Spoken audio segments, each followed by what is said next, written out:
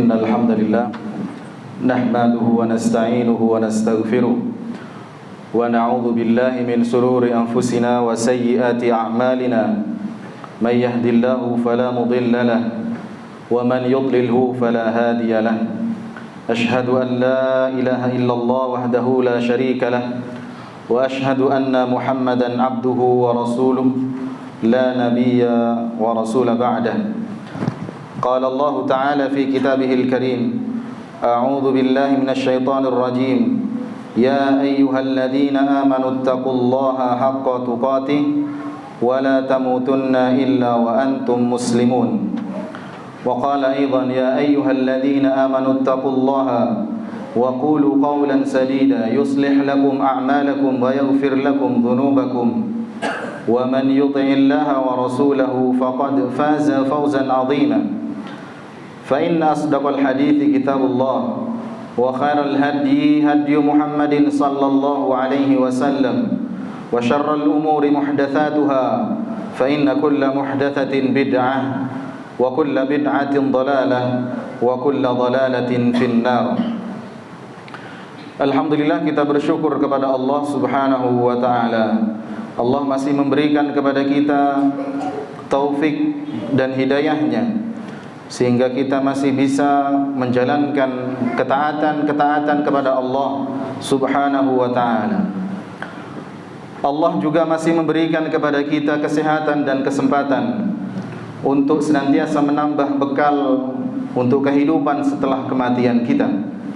Salawat dan salam semoga senantiasa terlimpahkan kepada Nabi Muhammad sallallahu alaihi wasallam, Nabi yang diutus oleh Allah Subhanahu wa taala sebagai penutup para nabi, dan wajib bagi kita untuk senantiasa mengikuti sunnah beliau sallallahu alaihi wasallam. Para jamaah Jumat yang dirahmati oleh Allah Subhanahu wa taala, Allah berfirman, alam naj'al lahu 'ainain wa lisanan wa syafatain. Allah mengatakan, bukankah kami telah menjadikannya untuk sepasang mata?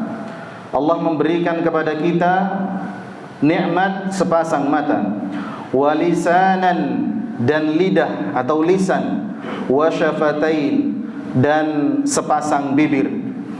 Para jemaah yang dirahmati oleh Allah Subhanahu wa taala, nikmat yang diberikan oleh Allah Subhanahu wa taala adalah lisan ini.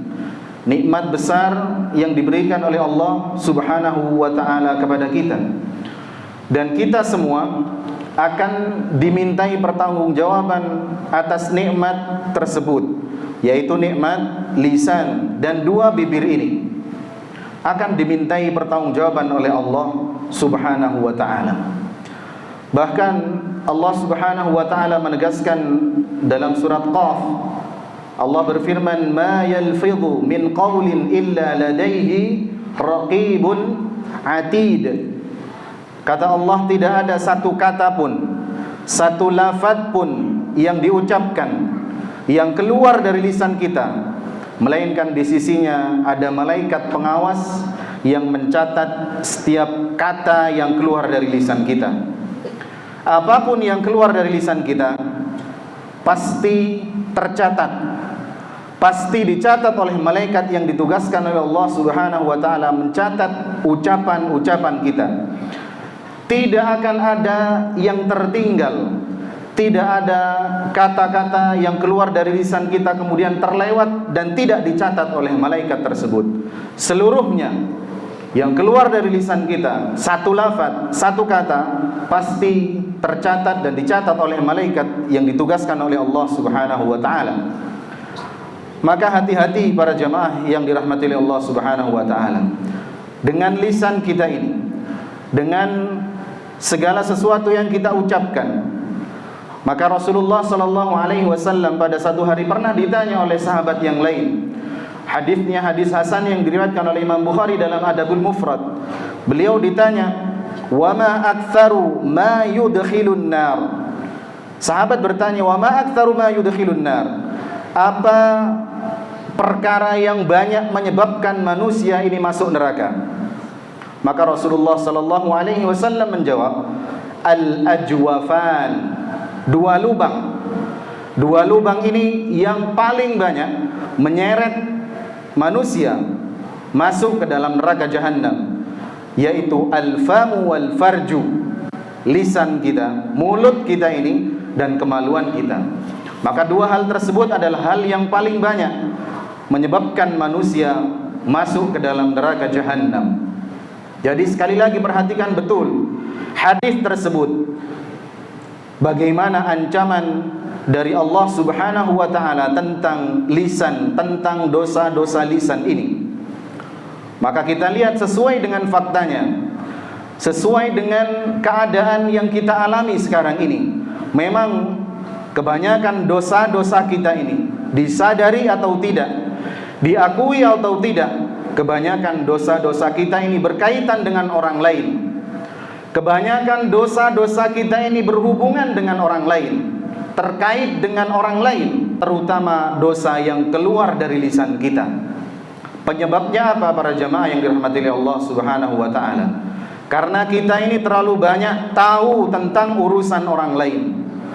Iya, urusan orang lain yang seandainya kita tidak tahu pun itu tidak menyebabkan kita berbahaya, tidak membahayakan kehidupan kita. Dan ketika kita tahu urusan orang lain itu juga tidak ada manfaatnya bagi kehidupan kita. Yang ada hanyalah ghibah, fitnah, namimah, dan dosa-dosa lisan yang lainnya. Maka Rasulullah sallallahu alaihi wasallam pernah menegaskan, mengingatkan kita semua dalam hadis yang diriwayatkan oleh Imam At-Tirmidzi dan Ibnu Majah. Kata Rasulullah sallallahu alaihi wasallam, "Innar rajula la yatakallamu bi kalimatin la yara ba'san." Kata Rasul, sesungguhnya ada seseorang yang berbicara dengan satu kalimat yang dia anggap biasa, yang dia anggap la yara ba'san, yang dia anggap tidak berbahaya. Dia mengatakan satu kalimat yang dia anggap biasa karena dia sudah terbiasa dengan kalimat-kalimat tersebut. Padahal kata Rasulullah sallallahu alaihi wasallam, yahwi biha sab'ina kharifan finnar.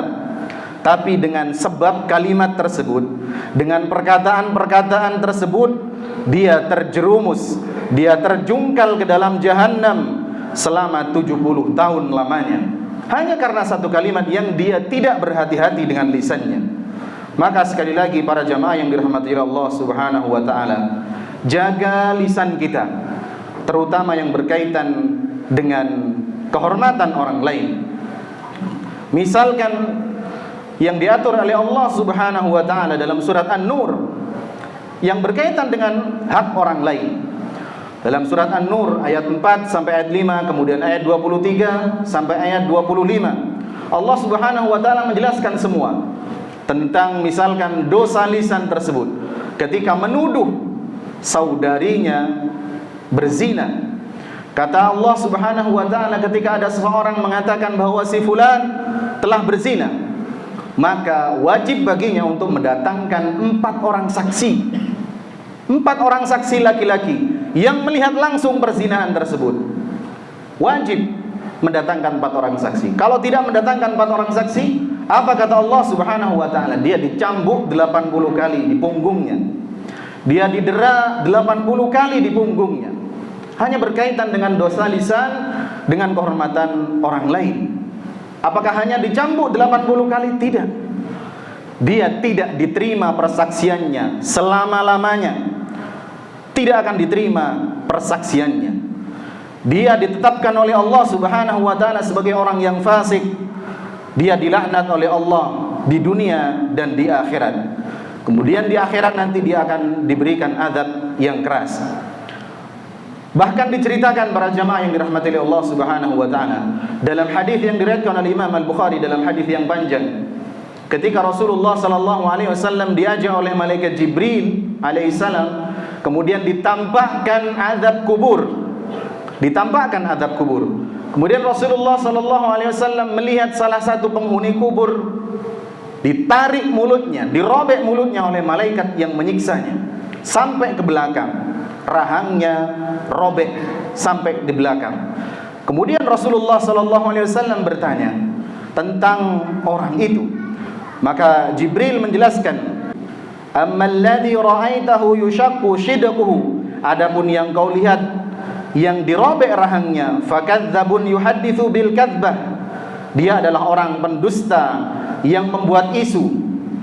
Fatuhmalu anhu hatta tablughal afam, kemudian dia membawa berita bohong tersebut, isu tersebut, dan disebarkan hingga menyebar luas. Maka para jemaah yang dirahmati Allah Subhanahu wa taala, betapa banyak ancaman-ancaman yang diberikan oleh Allah, baik itu dalam ayat-ayat Al-Quran dan hadis-hadis Nabi Muhammad sallallahu alaihi wasallam, tentang bahaya ketika kita tidak berhati-hati ketika berkata dan berucap, ketika kita tidak berhati-hati menjaga lisan kita.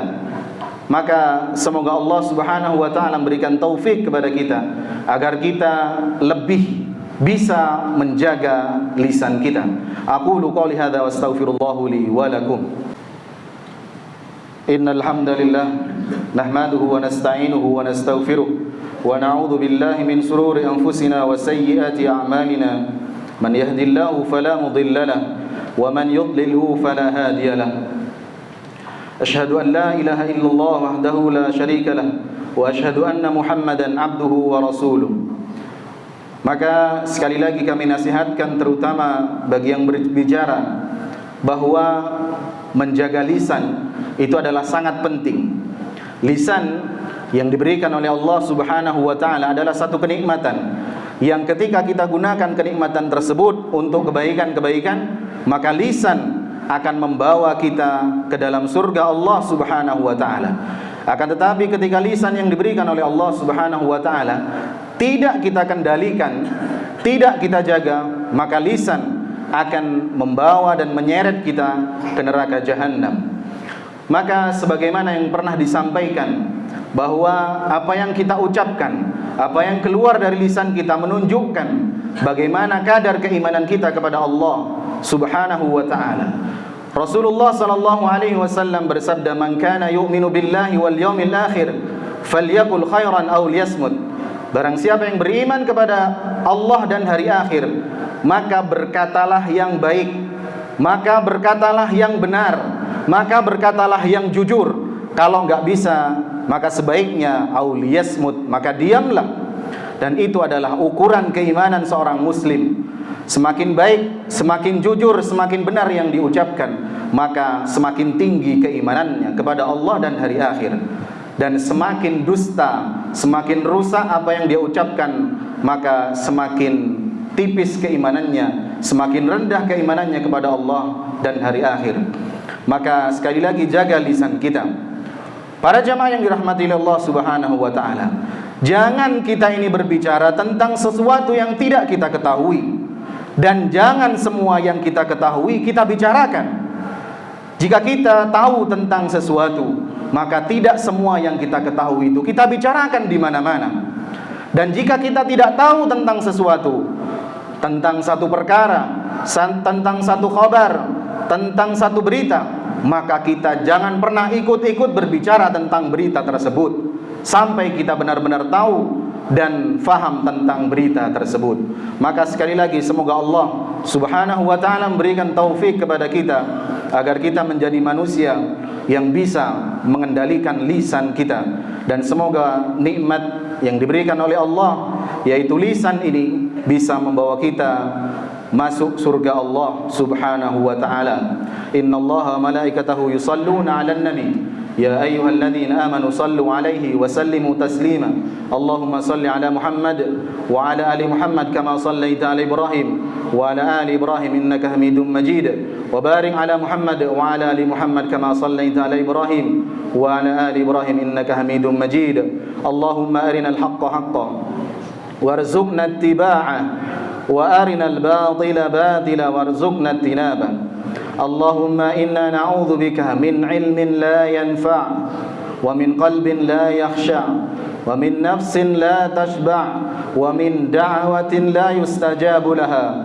Rabbana hab lana min azwajina wa dhurriyyatina qurrata a'yun waj'alna lil muttaqina imama waj'alna lil muttaqina imama. Rabbana atina fid dunya hasanah wa fil akhirati hasanah wa qina adzaban nar.